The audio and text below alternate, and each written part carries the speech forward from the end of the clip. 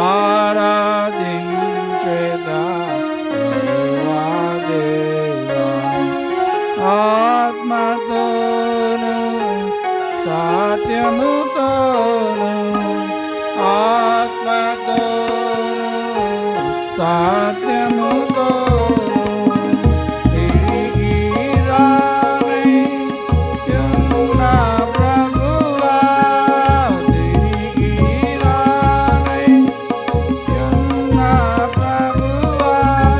స్తుతియు ఘనత మహిమయు నీకే, స్తుతియు ఘనత మహిమయు నీకే.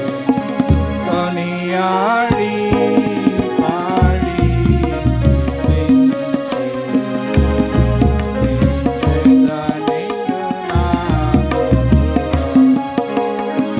కొనియాడి పాడి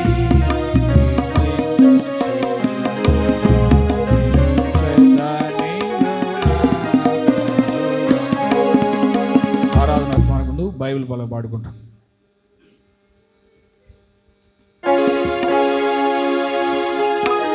పఠింప శ్రేష్ఠ గ్రంథము బైబిల్, పఠింప శ్రేష్ఠ గ్రంథము బైబిల్. అనుదినము పఠించిన ప్రేమ తోడనంటు, ఓ పఠింప శ్రేష్ఠ గ్రంథము Bible. The best book to read is the Bible. The best book to read is the Bible. If you read it every day, it will help you all the way. Oh, the best book to read is the Bible.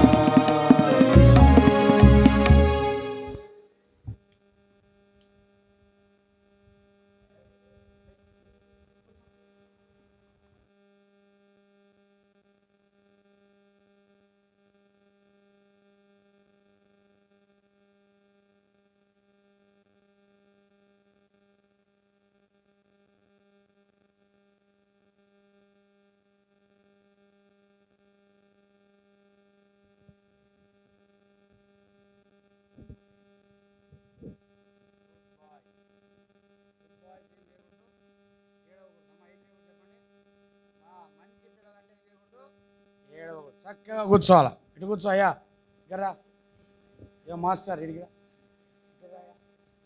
Very good, మంచిని. ఆరాధన కొరకై ప్రభు మనతో మాట్లాడలాగున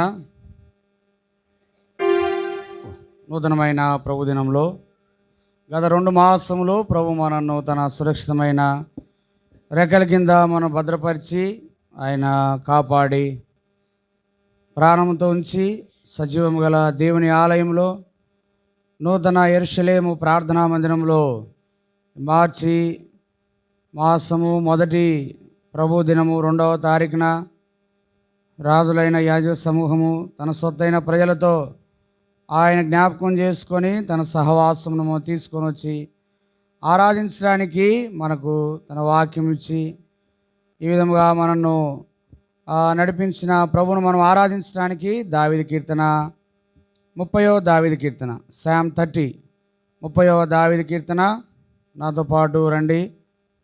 దావీదు కీర్తనలు 30 అందరిది ఇవాళ అందరూ చదవచ్చిన వారందరూ కూడా నాతో పాటు బైబిలు తెరవండి. దావీదు కీర్తన 30 దావీదు కీర్తన 30 అధ్యాయం అంతా కూడా మనము మార్చి చదువుకుంటాం. దావీదు కీర్తన 30వ దావీదు కీర్తన 12 వచనాలు ఉన్నాయి. ప్రియులారా, మనమందరం కూడా ఉత్తర పద్ధతిరముగా చదువుకోగలం. యెహోవా నా శత్రువులను నా విషయమై సంతోషింపనీయక నీవు నన్ను ఉద్ధరించి ఉన్నావు, అందుకై నేను నిన్ను కొనియాడుచున్నాను. 2వ వచనం చదవండి.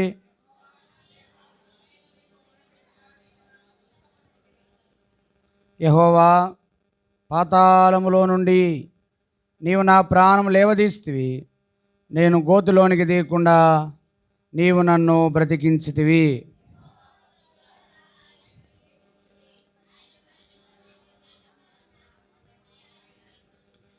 ఆయన కోపము నిమిషమాత్రం ఉండును, ఆయన దయ ఆయుష్కాలం అంతయు నిలుచును. సాయంకాలమున ఏడుపు వచ్చి రాత్రి ఉండినను ఉదయమున సంతోషం కలుగును. యెహోవా దయగలిగి నీవే నా పర్వతమును స్థిరపరిస్థితివి. నీ ముఖము నీవు దాచుకున్నప్పుడు నేను కలత చెంది తిని. యెహోవా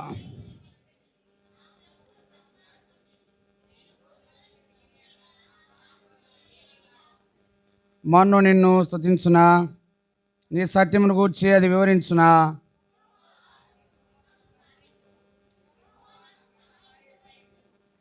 నా ప్రాణం మౌనంగా ఉండగా నేను కీర్తించినట్లు నా అంగలార్పు నీవు నాట్యముగా మార్చి ఉన్నావు.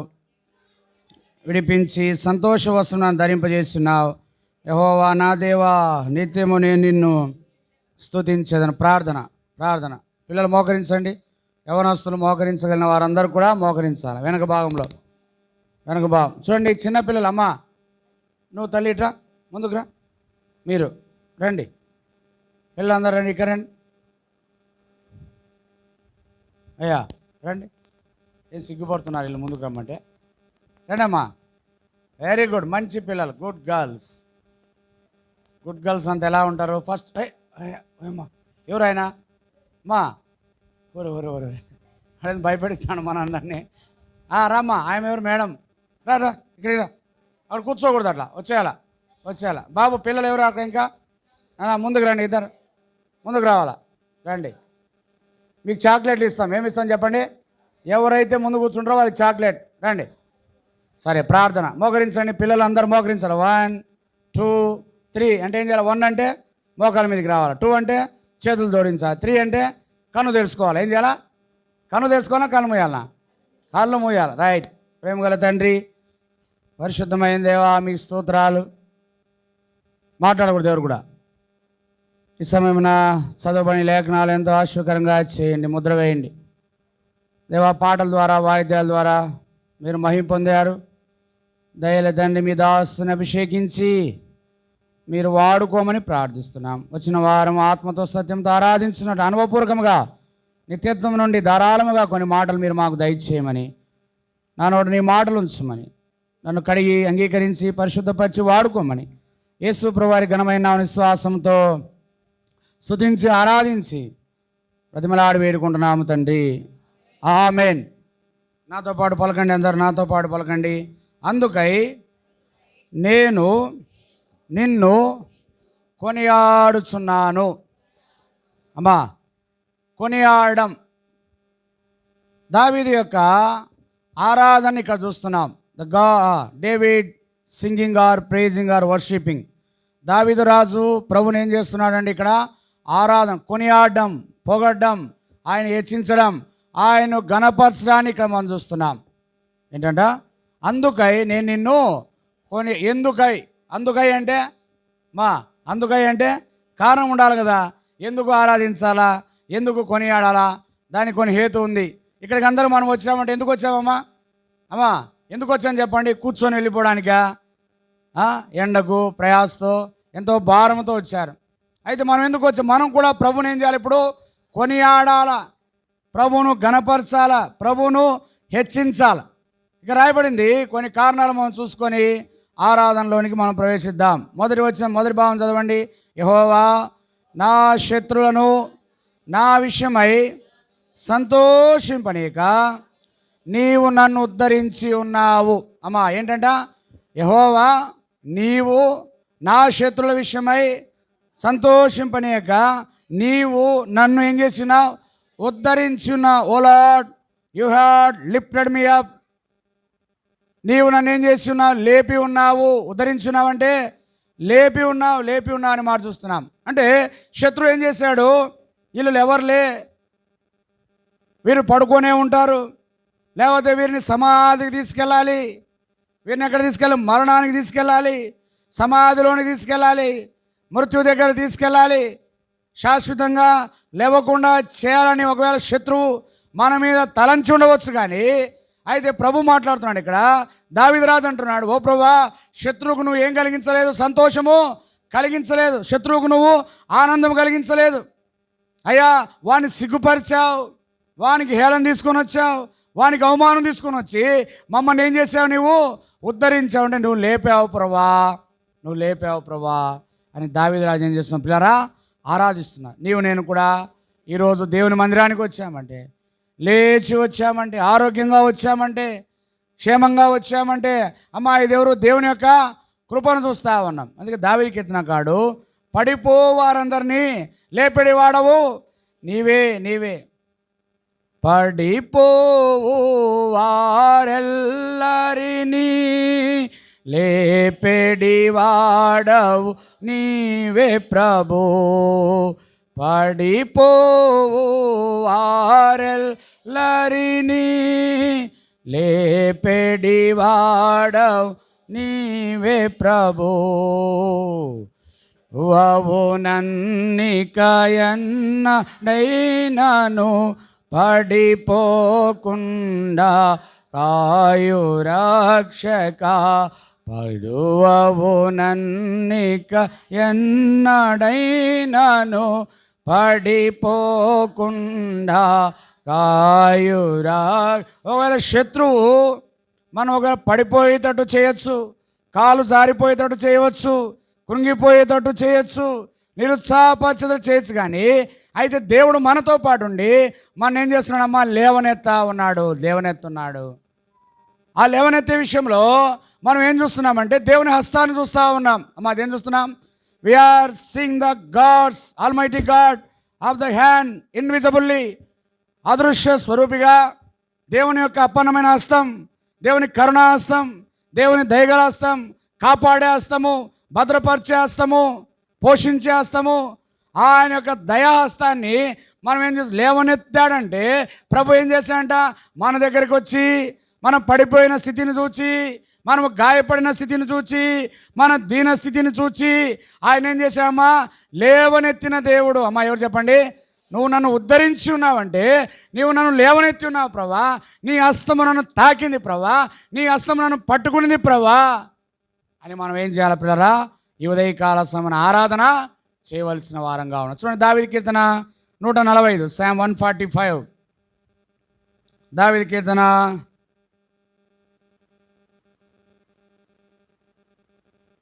145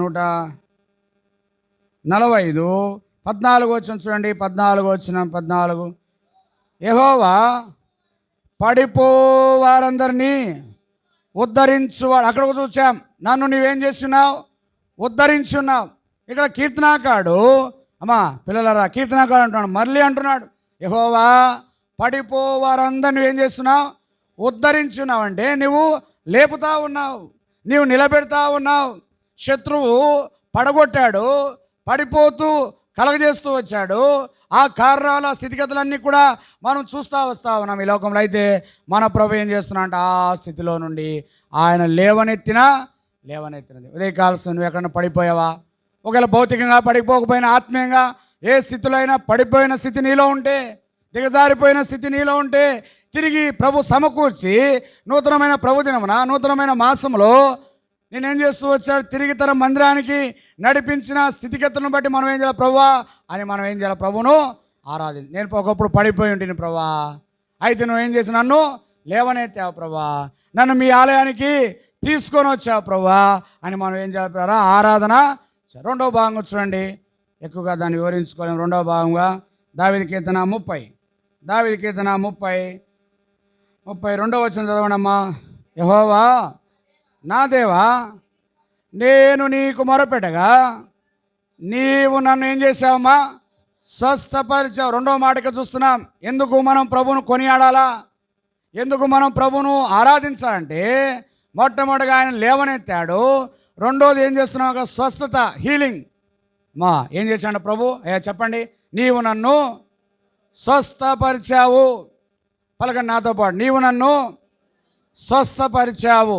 దావీదు కీర్తన చూడండి, దావీదు కీర్తన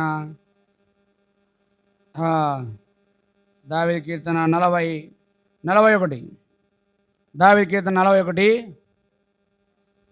కీర్తన 41 3వ వచనం చూడండి. 3వ వచనము, రోగశయం మీద యెహోవా వారిని ఆదరించును, రోగము కలగగా నీవే వాణ్ణి స్వస్థపరచుదువు అని మాట. ఎవరికి స్వస్థత అవసరం ఇక్కడ? అమ్మా, ఎవరైతే రోగముతో ఉన్నాడో, ఎవరైతే గాయాలతో ఉన్నారో, ఎవరైతే అనారోగ్యంతో ఉన్నారో, ఎవరైతే బలహీనంగా ఉన్నారో, ఎవరైతే జబ్బుతో ఉన్నారో వారికి ఏమవసరం చెప్పండి? స్వస్థత. ఇప్పుడు దావీదు కీర్తనాకారుడు అంటున్నాడు, అయ్యా నేను రోగశయ్యం మీద మరణ పడకలో ఉన్నప్పుడు, రోగము కలగక నన్ను ఎవరు స్వస్థపరిచేవారు లేనప్పుడు, ఎలాంటి వైద్యం నాకు లేనప్పుడు, ఎవరు బాగు చేయనప్పుడు నీవే నన్ను ఏం చేశావు? స్వస్థపరిచావు. రెండవ అనుభవం ఈ జీవితంలో, ప్రభు స్వస్థతను అనుభవించావా? ప్రభు స్వస్థతను రుచి చూచావా? ప్రభు నిన్ను స్వస్థపరిచింది నీవు అనుభవిస్తే, ఆ యొక్క స్పర్శ నీకు తగిలి ఉంటే, అటు అనుభవంలో నీవు ఉంటే, ఈ ఉదయకాల సంధ్యాల నువ్వు ప్రభును ఎన్నిసార్లు నేను రోగముతో ఉన్నాను, ఎన్నిసార్లు నేను బలహీనగా ఉంటాను, ఎన్నిసార్లు కృంగిపోయిన స్థితిలో ఉన్నాను.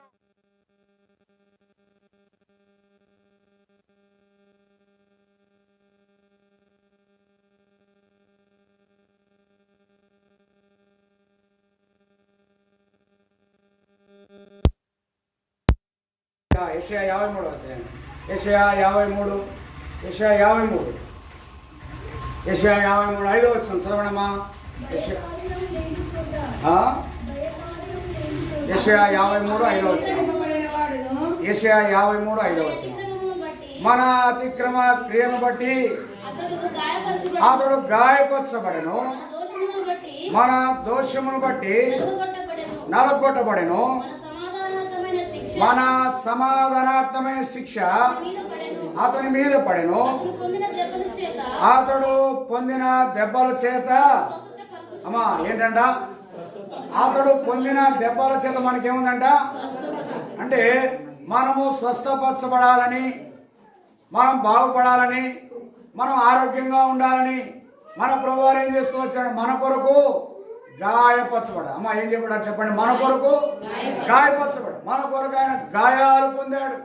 అంటే నీ గాయములు నా గాయములు, నీ పుండ్లు నా పుండ్లు, పాపముల చేత అపరాధముల చేత కలిగిన ఆత్మీయమైన పుండ్లు, ఆత్మీయమైన రోగము, అది భౌతికమైందైనా అది ఆత్మీయమైందైనా ప్రభు మనల్ని స్వస్థపరచడానికి ఆయన ఏం పొందాడమ్మా?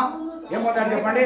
గాయాలు. ఎన్ని గాయాలు పొందాడు? శిలువలో పంచ గాయాలు, చేతుల్లో గాయాలు, శిరస్సుకు ముళ్ళ కిరీటం, పక్కలో బలపోటు, పిల్లల ఒళ్ళంతా కూడా దేహమంతా నాగలి చాలవలే దున్నబడ్డాడు, మరి కాళ్ళకు మేకులు, ఇలా దేహమంతా యేసు ప్రభువారు పొందిన గాయముల నుండి, ఆ గాయముల ద్వారా కారిన రక్తం, కలవరి రక్తం, పరిశుద్ధమైన రక్తం, పాపం లేని రక్తం, మల్యం లేని రక్తం యేసు ప్రభు మన కొరకై చిందించాడు. ఎప్పుడు చిందించాడంటే 2025 సంవత్సరాల క్రితమే మన కొరకై, మన రోగం నిమిత్తమై, మన స్వస్థ కొరకై యేసు ప్రభువారు కలవరిలో ఏం కాచిన మా రక్తము.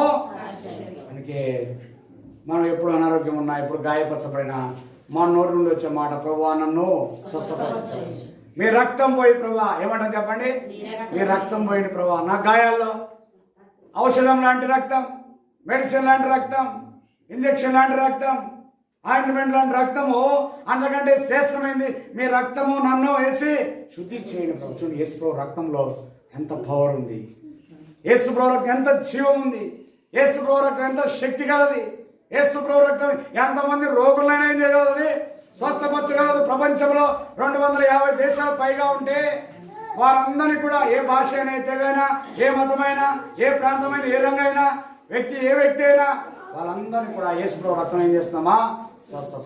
ఈ ఉదయకాల సమయమున నూతనమైన ప్రభు దినమున, ప్రభువా నేను రోగశయం మీద ఉండగా, నేను పడకలో ఉండగా, నేను అనారోగ్యంతో ఉండగా, నేను హాస్పిటల్లో ఉండగా, నేను మరణపు అంచులో ఉండగా, నా శత్రువు నా విషయమే సంతోషింపనేగా నువ్వు నన్ను ఏం చేశావు? స్వస్థపరిచావు ప్రభా, నన్ను బాగు చేశావు ప్రభా. ఒక ఆమెతో అన్నాడు, ప్రభు అమ్మా నీ విశ్వాసం నిన్ను స్వస్థపరచును, నువ్వు సమాధానం కలదానివై వెళ్ళు. అంటే స్వస్థత లేనప్పుడు ఆ స్త్రీకి ఏమి లేదు? సమాధానం. There is no peace because of his sickness. ఆమెకున్న రోగమును బట్టి, బలహీనతను బట్టి, అనారోగ్యాన్ని బట్టి ఆమె దేహంలో, శరీరంలో, ప్రాణంలో ఏమి లేదు? స్వస్థత లేదు. యేసు ప్రభు దగ్గరికి వచ్చినప్పుడు, ప్రభును ముట్టినప్పుడు, ప్రభుని తాకినప్పుడు ఆమె ఏం చేసిందమ్మా? 12 ఏళ్ల నుండి రక్తస్రావం గల స్త్రీ ప్రభు యొక్క వస్త్రపు చెంగు ముట్టినంత మాత్రమే ఆయనలో నుండి ఏం బయలువెళ్ళింది? ప్రవాహము బయలువెళ్ళి ప్రభు అన్నాడు నాలో నుండి ఏం బయలువెళ్ళింది? ప్రవాహం బయలువెళ్ళింది. అంటే చుట్టూ చూస్తా ఉన్నారు, ఎవరు రాలేదు. శిష్యులు అన్నారయ్యా, గుంపులు ఉన్నారయ్యా, నీ ప్రభావం ఎవరిలోకి పోయిందో మాకేం తెలుసయ్యా? నీ ప్రభావం ఎవరిలోకి వెళ్ళిందో మాకేం తెలుసు. అక్కడ ప్రభావం దొంగిలించిన స్త్రీ ఒక స్త్రీ ఉంది. దేవుని ప్రభావం పొందిన ఒక స్త్రీ అక్కడ ఉంది. ఆమె వచ్చింది, పాదాల దగ్గరికి వచ్చి ఏం చేసిందంట? సాగిలపడింది. అయ్యా ఇదిగో ఇన్నేళ్ళ నుండి రోగంతో ఉన్నానయ్యా, ఇన్నేళ్ళ నుండి హాస్పిటల్కి వెళ్ళానయ్యా, డబ్బంతా ఖర్చు పెట్టుకున్నానయ్యా, అంతా నష్టపోయానయ్యా, ఏమైపోయి నా జోబులో చిల్లైపోయాయి, ఏమి బ్యాంక్ బ్యాలెన్స్ లేదు, బీరువాల బ్యాలెన్స్ లేదు, అప్పులు అయిపోయాయి, నాకేం లేదు, స్వస్థత లేదు, ఎంతో సంకటముతో దుఃఖముతో కన్నీటితో వేదంతో బాధతో నీ దగ్గరకు వచ్చానయ్యా విశ్వాసంతో అని ఏం చేసింది? ప్రభునమ్మ ఆరాధన చేసింది. ప్రభు దగ్గరికి అంటే ఆయన వచ్చి ఏం చేసి సాగిలపడి, పిల్లలారా ఏం చేసి చెప్పండి? ప్రభు దగ్గరికి వచ్చి ప్రభు దగ్గరికి వచ్చి ఏం చేసింది? సాగిలపడి ఆరాధన చేసింది. ఎందుకు ఆరాధన చేసింది? ప్రభువా నీవు నన్ను బాగు చేశావు, ఎంతో డబ్బు ఖర్చు పెట్టానయ్యా, హాస్పిటల్కి వెళ్ళానయ్యా, ఎన్నో ఊళ్ళు తిరిగానయ్యా, ఎంతో మంది డాక్టర్ల దగ్గరికి వెళ్ళా, అలోపతి మెడిసిన్ వాడాను, హోమియోపతి మెడిసిన్ వాడాను, ఇంకేం పత్తులు ఉన్నాయి మా ఇంకేమైనా ఉన్నాయా? మల్టిపుల్ హాస్పిటల్గా వెళ్ళాను, రకరకాల వైద్యానికి వెళ్ళాను. ఏ డాక్టర్ నన్ను బాగుపరిచిన డాక్టరు, స్వస్థపరిచిన డాక్టరు ఏ డాక్టర్? బైబుల్ డాక్టర్, ఆయన పేరు యేసు ప్రభు. ఆమె వచ్చి పాదాల దగ్గర ఆరాధన. ఇది రెండో అనుభవం. ప్రభా నీవు నన్ను స్వస్థపరిచావు, అందుకై నేను నిన్ను కొనియాడుచున్నా. ప్రభా నేను పడిపోయినా నీవు నన్ను లేవనైతే ఉద్ధరించావు, అందుకై నేను నిన్ను ఆరాధన చేస్తున్నా. మూడో భావం చూడండి, దావీదు కీర్తన మాట్లాడకూడదు, ఎవరు కూడా మాట్లాడకూడదు. దావీదు కీర్తన 30 రండి నాతో పాటు. దావీదు కీర్తన 31 దావీదు కీర్తన 3వ వచనం చదవండమ్మా, గట్టిగా చదవండి. యెహోవా పాతాళములో నుండి నా ప్రాణమును ఏం చేశావంట? లేవదీశావు. నేను గోతిలోనికి దిగకుండా నీవు నన్ను ఏం చేశావంట? పాతాళములోనికి పోకుండా నా ప్రాణం ఏం చేశావు? ఏం చేసావమ్మా? లేవదీసి. నేను గోతులోనికి పోకుండా నువ్వు నన్ను ఏం చేశావు? బ్రతికించావు. అమ్మా మూడో అనుభవం, ప్రభు మనల్ని ఏం చేశాడు? బ్రతికించాడు, మరణం తప్పించాడు. దేవుని వాక్యం రాబడింది, మరణం తప్పించిన యెహోవా వశము. యెహోవా విశ్వాసులను కాపాడును, ఇశ్రాయేలును కాపాడు యెహోవా కునుకడు, నిద్రపోడు. కాబట్టి ఈ దేవుడు బ్రతికించిన దేవుణ్ణి గోతిలోనికి పోకుండా ఏంటంట? రాయబడిన 3వ వచనంలో నేను గోతిలోనికి దిగిపోకుండా నీవు నన్ను ఏం చేశావు? బ్రతికించావు. అంటే గోతిలో నుండి ప్రభు లేపాడు. He had lifted me from the horrible pit.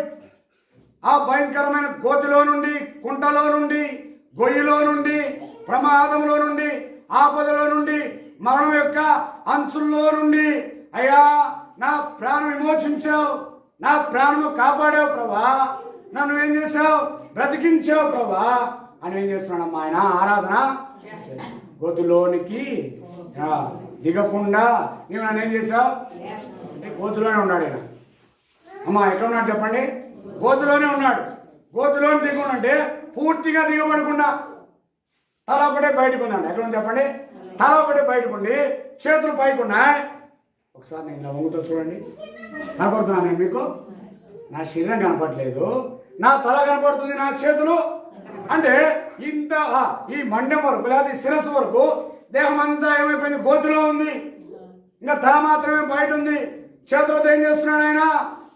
ప్రభువును ప్రార్థిస్తున్నాడు. ప్రభా ఈ గోతులో నన్ను లేవనెత్తు, దిగిపోకుండా, పాతాళానికి వెళ్ళకుండా, సమాధిలోనికి వెళ్ళకుండా, మరణ ఊబిలోనికి వెళ్ళకుండా, జిగడగా దొంగ ఊబిలోనికి వెళ్ళకుండా నన్ను లేవనెత్తు. ఓ lord show mercy upon me, lift మీ అని కేకలేసిందే ప్రభు అంట ఆ గోత్ దగ్గరికి వెళ్ళి, అమ్మా ఏంటి ప్రభు ఆ గోత్ దగ్గరికి వెళ్ళి, ఆ బురదలోనికి వెళ్ళి, ఆ రొచ్చులోనికి వెళ్ళి, ఆ కంపులోనికి వెళ్ళి, ఆ మరణ పంచులో ఉన్నటువంటి వ్యక్తి దగ్గరికి వెళ్ళి ప్రభు అంట తన హస్తాన్ని ఇచ్చాడు. అమ్మా ఏం చేసి చెప్పండి?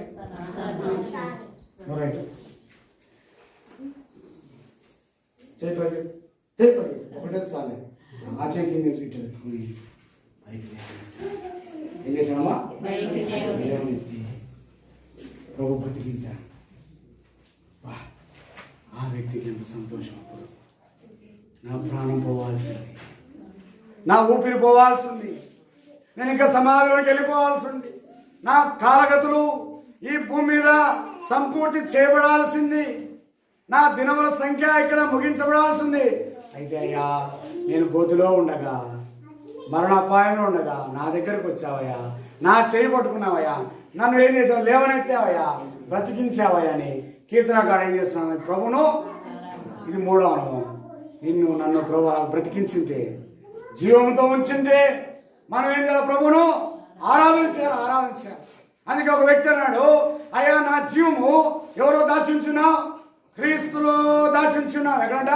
కొలస్సీయులకు రాసిన పత్రిక 3వ అధ్యాయం 1వ వచనం చదవండి. కొలస్సియన్స్ చాప్టర్ 3 verse 1. కొలస్సీయులకు రాసిన పత్రిక. అర్థం చేసుకోవాలి, వాక్యానుసారంగా ఆరాధించాలా. కొలస్సీయులకు రాసిన పత్రిక 3వ అధ్యాయము. మీరు క్రీస్తుతో కూడా లేపబడిన వారైతే, 3వ వచనం ఆఖరి భాగం చదవండి, సమయం లేదు. ఏలైనగా మీరు మృతి పొందితిరి, మీ జీవము క్రీస్తుతో కూడా దేవుని యందు, నాతో పాటు పలకండి, మీ జీవము దేవునిలో క్రీస్తు యందు, నాతో పాటు, మీ జీవము క్రీస్తుతో కూడా దేవుని యందు దాచబడి. ఏంటంట? మనం బంగారు షాప్కి వెళ్తే ఒక రింగ్ కొన్నా, లేకపోతే నెక్లెస్ కొన్నా, ఏదన్నా కొన్నా మనకు బాక్స్ ఇస్తారు. ఏమి ఇస్తారమ్మా? బాక్స్. దాని లోపల తీసుకోవాలంటే బాక్స్ని ఏం చేయాలి, మనం ఓపెన్ చేయాలి. రింగ్ కొన్నా మనకు మంచి బాక్స్ ఇస్తారు, దాన్ని క్లోజ్ చేస్తాం, దాన్ని భద్రంగా ఉంచుతాం. దాంట్లో ఉండేది చేయాలంటే ఏం చేయాలి, ఓపెను. మన జీవాన్ని కూడా అలాగే దేవుడు భద్రపరిచాడు. ఏం చేసాం, మన జీవం అంటే ప్రాణం. ఏంటండి? Our life. మన జీవము ఎవరి చేతిలో ఉందంట? దేవుని చేతిలో ఉంది. దేవుని చేతిలో ఉంది. నువ్వు భద్రపరిచావయ్యా, దాచావయ్యా. అక్కడ 2 మాటలు రాయబడ్డాయి. క్రీస్తుతో కూడా ఎవరిలో అంట? దేవుని తండ్రి అయిన దేవుడు, కుమారుడైన యేసు క్రీస్తు ప్రభువారు ఇద్దరు కలిసి మా జీవాన్ని ఏం చేశారమ్మా? భద్రపరిచ దాచుంచాడు. మన జీవం దోచుకోవాలంటే అది దేవుడు అనుమతిస్తేనే తప్ప మన జీవాన్ని అపవాది. అందుకే యోబు గురించి ప్రభు అన్నాడు సాతానుతో, ఆయన ప్రాణం నీవు ముట్టవద్దు, నడినెత్తి మన కాల వరకు నీకే అనుమతిస్తున్నా, శరీరం అంతా, అవయవాలంతా, నేత్రాలు, కాళ్ళు, చేతులు, అన్ని అవయవాలు నీకు అనుమతిస్తున్నా, కానీ ఆయన ప్రాణం ఏం చేయకూడదు, ముట్టకూడదు.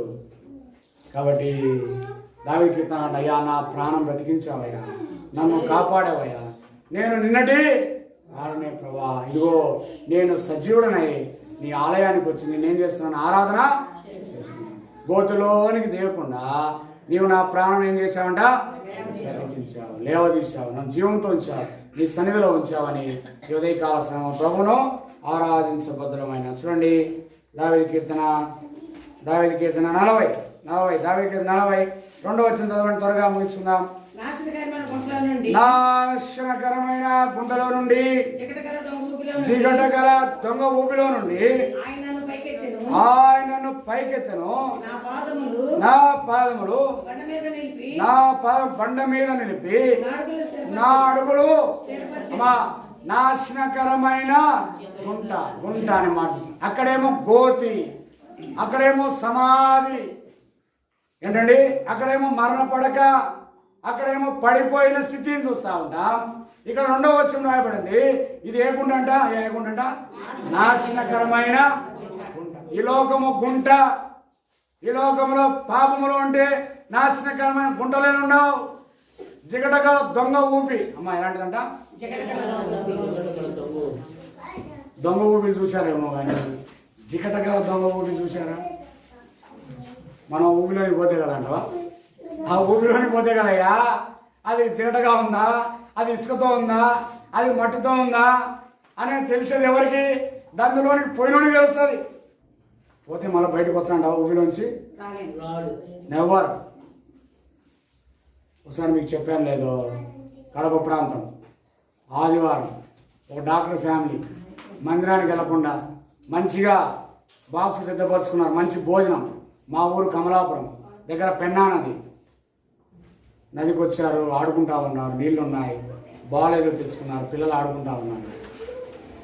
ఆడుకుంటున్నారు, బాల్ పోయి గోతిలో పడింది. కుమారుడు వెళ్ళిపోయాడు. ఆ బాల్ కోరిపోతే వాడు కనపడలేదు, పాప వెళ్ళింది, అది కనపడలేదు. తర్వాత వాళ్ళ తండ్రి వెళ్ళాడు.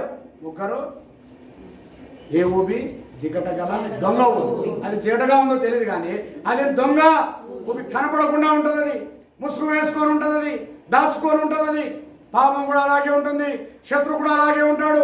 బయటికి కనపడ ఏం చేసేది, బయటికి చూపించడం ఏం చేసేది, రహస్యముగా మరుగైన స్థలాల్లో చీకటిలో ఒంటరిగా చేసేటువంటి ఊపిలు, బోతులు, లోయలు, అపాయకరమైన స్థితులు, వీటన్నిటిలో నుండి దావీదుని దేవుడు ఏం చేశాడ, లేవనెత్తి నా అడుగులు ఎక్కడ ఏం పెట్టావు, బండ మీద నీకు తలకోనని, చిత్తూరు జిల్లా తలకోన ఉంది ప్రాంతం. అందరు చాలామంది వెళ్తారు. అక్కడ కొండలు ఉన్నాయి, నీళ్ళు పడతా ఉంటాయి. ఎక్కడి నుంచి వస్తాయి నీళ్ళు ఎవరు తెలియదు ఇంతవరకు. నీళ్ళ ద్వారా కారుతూనే ఉంటాయి. కొంతమంది ఇట్లే విద్యార్థులు విహారాత్రికి వెళ్ళారు. రే నేను దుంకుతా చూడ అన్నాడు ఒకడు. ఏం చేస్తాను, నేను దుంకాడు. వాడు ఎక్కడ దుంకింది తెలియదు కానీ తలకేదో తగిలింది. వాడు కాపాడండి చేతులు ఎత్తుంటే వీళ్ళందరూ ఏం చేస్తున్నారు, నవ్వుతున్నారు. ఏం చేస్తున్నారమ్మా, వాళ్ళ శబ్దం వినపడలేదు. నీళ్ళు పడతా ఉంటే అతని శబ్దము వినపడలేదు అనుకుంటున్నారు వాళ్ళు. మనోడు యాక్షన్ చేస్తున్నాడేమో, మనోడు సంతోషంగా ఉన్నాడేమో, వాడు అంటా ఉన్నాడు కానీ మాట్లాడలేదు. ఇలా అంటున్నాడు. తలకేం తగిలింది, ఏదో రాయి తగిలింది, తల బయలింది, రక్తం కారుతా ఉంది. వాడిని క్యాప్లు వేస్తున్నాడు. ఎవరు పోయి కాపాడేవాళ్ళు ఎవరు? నిన్ను అలాంటి స్థితిలో కాపాడిన వాళ్ళు ఎవరైనా ఉండగలరా? నువ్వు లోకంలో ఉన్నప్పుడు, పాపంలో ఉన్నప్పుడు, ఊబిలో ఉన్నప్పుడు, చెడిపోయినప్పుడు, పాడైపోయినప్పుడు, పతనమైనప్పుడు, మరణం అంచులో ఉన్నప్పుడు ఎవరు కూడా కాపాడేవాళ్ళు ఎవరు లేరమ్మా. యేసుప్రభు ఒక్కడే వచ్చాడు ఊబి దగ్గరికి, యేసుప్రభు ఒక్కడే వచ్చాడు గోతి దగ్గరికి, యేసుప్రభు వచ్చాడు మరణపు అంచుల దగ్గరికి. దొంగల చేత యెరూషలేము నుండి ఎరుకోబోతూ ఒక వ్యక్తి కొట్టబడితే యాజకుడు వచ్చాడు, లేవీయుడు వచ్చాడు, చూసి వెళ్ళిపోయాడు. కానీ ఒక్క సమరయుడు, యేసుప్రభు అనే సమరయుడు ఆ వ్యక్తి దగ్గరికి వచ్చి చూచి జాలిపడి అతను ఏం చేశాడంట, గాయములు కడిగి తన దగ్గర ఉన్నదంతా ఇచ్చేశాడు. అమ్మా ఏం చేశాడంట, తన దగ్గర నూనె ఉంది, ద్రాక్షరసం ఉంది, వస్త్రాలు ఉన్నాయి, డబ్బు ఉంది, తన కొరకు అన్నీ. ఇలాంటి దేవుడు ఎక్కడైనా ఉన్నాడా? ఇలాగ బాగు చేసిన దేవుడు, స్వస్థపరిచిన దేవుడు, లేవనెత్తిన దేవుడు, బ్రతికించిన దేవుడు, గోతిలో నుండి లేవనెత్తిన దేవుడు నీ పాదములు బండ మీద ఉదయకాలసం ఆరాధిస్తావా? ప్రభా ఇలాంటి స్థితిలో ఉన్నా, నన్ను లేవనెత్తావు, బ్రతికించావు. ఇదిగో ఇప్పుడు క్రీస్తునందు నా అడుగులు ఏం చేసావు నీవు? You had established my feets upon the rock of the God. నా అడుగులు ఓ దేవ క్రీస్తు అనే బండ మీద నువ్వేం చేశావు? స్థిరపరిచావు. ఇప్పుడు నన్ను ఎవరు కదిలించలేరు. ఇప్పుడు నన్ను ఎవరు ఏమి చేయదు. ఎందుకు? నేను ప్రభు చేతిలో ఉన్నా, ప్రభు హస్తాల కింద ఉన్నా, ప్రభు అనేటువంటి బండ మీద ఉన్నా. దేవుని వాక్యం చదివి దావిగా యోహాను సువార్త 10వ అధ్యాయం 39వ వచనం. యోహాను సువార్త 10వ అధ్యాయం, gospel according to John chapter 10 verse 29 చూడండి. అందరికంటే గొప్పవాడు కనుక నా తండ్రి చేతిలో నుండి ఎవడును వాటిని ఏం చేయంట, ఎవడు కూడా మనను దొంగిలించలేడు. ఏం మన జీవాన్ని ఎవరు కూడా మన ప్రాణాన్ని ఎవరు కూడా తీయలేరు. మనం స్వస్థపరచకుండా ఎవరు ఆపలేరు. మనం లేవనెత్తకుండా మన దేవుని చేతిలో ఎవరు కూడా ఆపలేరు. ఉదయకాల సమయంలో ఈ దేవుని ఆరాధిస్తావా? రండి, దేవుడు ఎట్లా మార్చాడో దావీదు జీవితాన్ని. దావీదు కీర్తన 30 కొన్ని భాగాలు చూసుకొని నేను ముగిచేస్తాను. చూడండి, చదవండి 8వ వచనం 38. యెహోవా నీకే మొరపెట్టి తిని నా ప్రభువును బతిమాలుకొంటిని. నేను గోతులోనికి దిగినడలా నా ప్రాణం వల్ల నీకేమి లాభం? మన్ను నిన్ను స్తుతించునా, నీ సత్యము గురించి అది వివరించిన. 11వ వచనం, నా ప్రాణము మౌనముగా ఉండక నిన్ను కీర్తించినట్లు నా అంగలార్పును ఏం చేశావు? నాట్యముగా మార్చావు. అమ్మా ఇప్పుడు దావీదురాజు అంటున్నాడు, ఓ ప్రభా నేను సమాధిలోనికి వెళ్ళింటే, నేను మృత్యులోకానికి వెళ్ళింటే, నేను జిగటగల దొంగ ఊపిలో ఉంటే, నాశనకరమైన ఊపిలో ఉంటే, నేను రోగం మీద ఉంటే, పడకలో ఉంటే, మూగివానిగా ఉంటే, కుంటివానిగా ఉంటే, నిన్ను స్తుతించేవారు ఎవరు ప్రభా? నిన్ను ఆరాధించేవారు మన్ను నిన్ను స్తుతించిన. మన్నులో జీవం ఉందా? మన్నులో ప్రాణం ఉందా? అమ్మా, మన్నైనది వెనకటి వలె మరలా భూమికి చేరును, ఆత్మదాన్ని దయచేసిన అంటే సమాధిలో ఉండే వ్యక్తి, మృత్యులోకానికి వెళ్ళిన వ్యక్తి, ప్రాణంతో లేని వ్యక్తి నిన్ను ఆరాధించగలడా ప్రభు అని దావీదు ప్రశ్నిస్తున్నాడమ్మా. అందుకే అంటా ఉన్నాడు, ఇప్పుడు మన్ను నిన్ను స్తుతించ. ఈ సత్యం గురించి అది గురించి అయితే అలాగా నన్ను మన్నుకు మార్చలేదు ప్రభా, నువ్వు మట్టికి నీవు నన్ను మార్చలేదు ప్రభా, నన్ను మట్టి అయిపోయి ఇంకా సెలవించలేదు ప్రభా నువ్వు. నేను నిన్ను ఇంకా ఆరాధించాలని, నేను నిన్ను ఇంకా సేవించాలని, నేను నీ సువార్త చేయాలని, నీ సంఘము కొరకు ప్రయాసపడాలని, ఆత్మల కొరకే ప్రయాసపడాలని, అనేకమైన సువార్త చెప్పాలని, బలపరచాలని, పరిచర్య చేయాలని నమ్మకముగా నీవు నన్ను ప్రాణంతో ఉంచావు ప్రభా. అందుకే నా అంగలార్పును ఏం చేశావు? నాట్యముగా నా యొక్క కన్నిటిని ఆపావు, నా దుఃఖము తీసేసావు, నా బాధ తీసేసావు, నా ఏడుపును తీసేసావు, నా రోదన తీసేసి ఇప్పుడు ఏం చేసావు నీవు నాకు? అమ్మ, నాట్యం అంటే ఆరాధన. ఏంటి చెప్పండి? He was dancing. ఆయన ఏం చేస్తున్నాడు? ఆరాధన చేస్తున్నాడు, ఆరాధన చేస్తున్నాడు.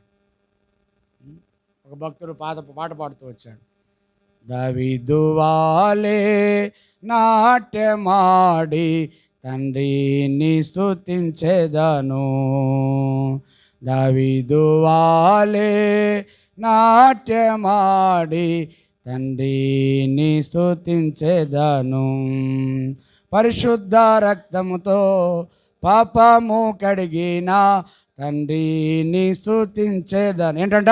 పరిశుద్ధ రక్తముతో పాపము కడిగిన తండ్రిని దావీదు ఏం చేస్తున్నాడమ్మా?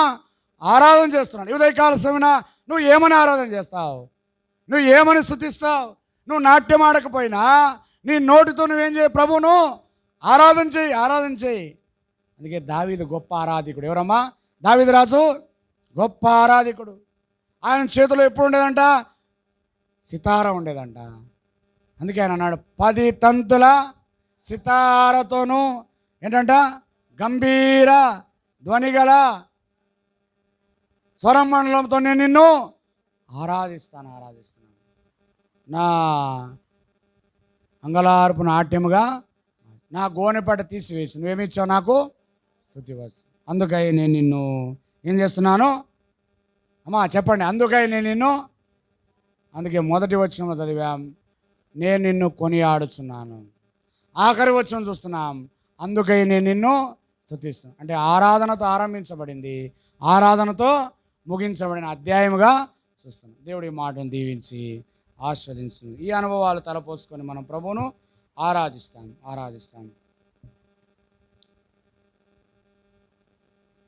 మనమందరం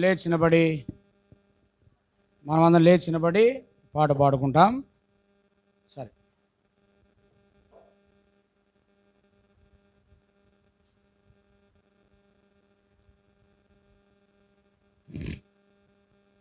అమ్మా మనమందరం లేచినబడి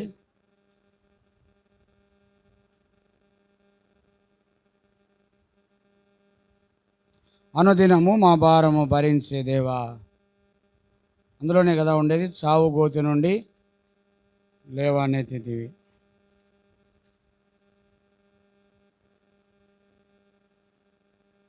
చూడండి, ఆనందముగా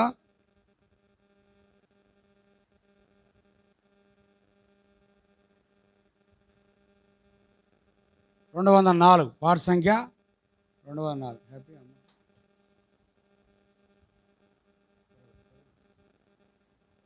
204 పాట సంఖ్య 204 పాడుకుంటాం.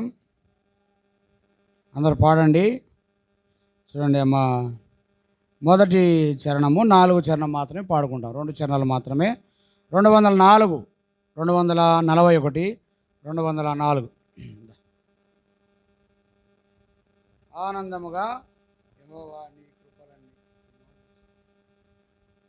204, 200 మొదటి చరణము 4వ చరణం మాత్రమే పాడుకుంటాం.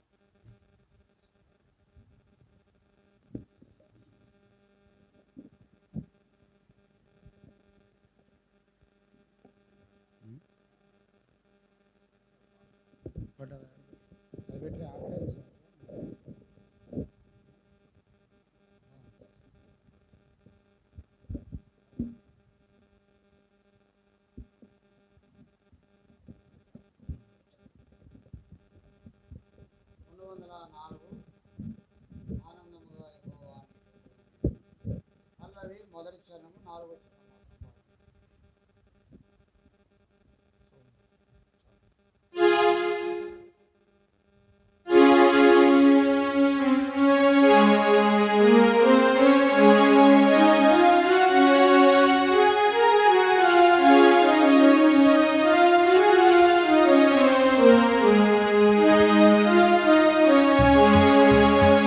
ఆనందముగా యెహోవాని కృపలన్నీ అన్ని కాలములలో కీర్తించెదను.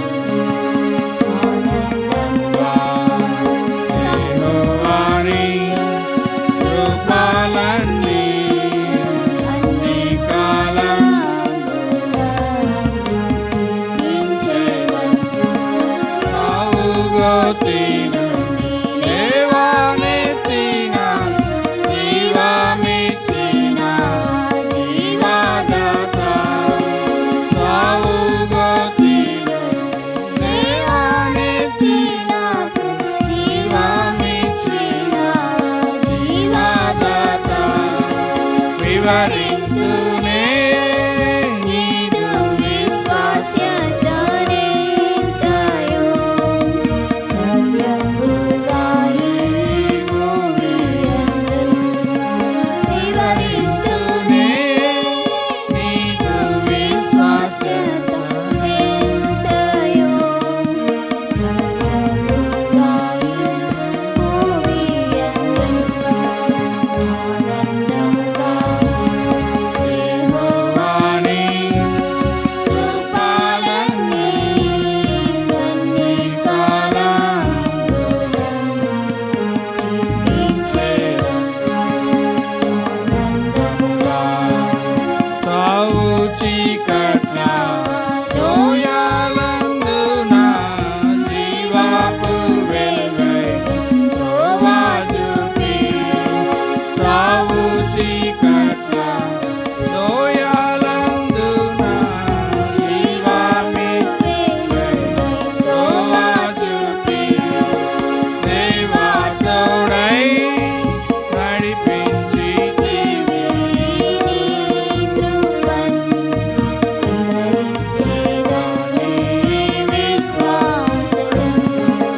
దేవా తోడై నడిపించితివి కృపన్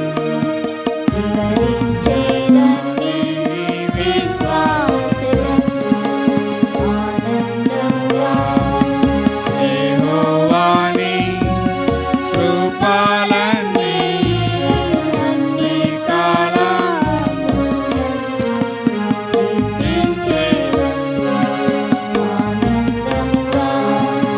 యెహోవాని కృపలన్నీ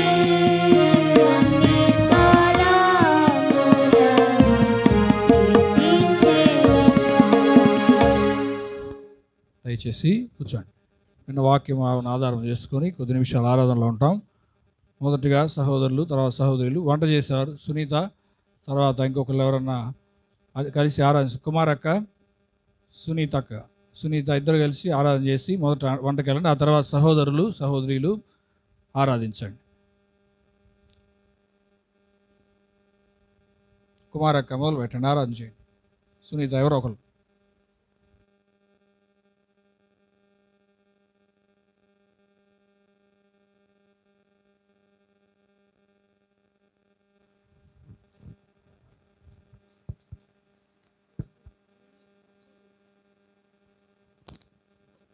పరిశుద్ధుడా, ప్రేమ గల మా పరలోకపు తండ్రి, స్తుతి మహిమ కనికరము సమాధానం గల మా ప్రభా, ఈ బంగారు పాదములకై వందనములు స్తుతులు స్తోత్రాలు తండ్రి. పోయిన ప్రభుదిను నాయన, ఈ ప్రభుదిన వరకు నాయన నీ కంటికి కని పాపలా కాచి కాపాడి ప్రేమంతటిని బట్టి నీకు వందనాలు స్తోత్రాలు ప్రభా. ఇదిగో ప్రభా, ఈ మధ్యాహ్న కాల సమయంలో ప్రభా నీ మందిరంలో చేరి ప్రభా నిన్ను నా ప్రభా నిన్ను నోటారా నిన్ను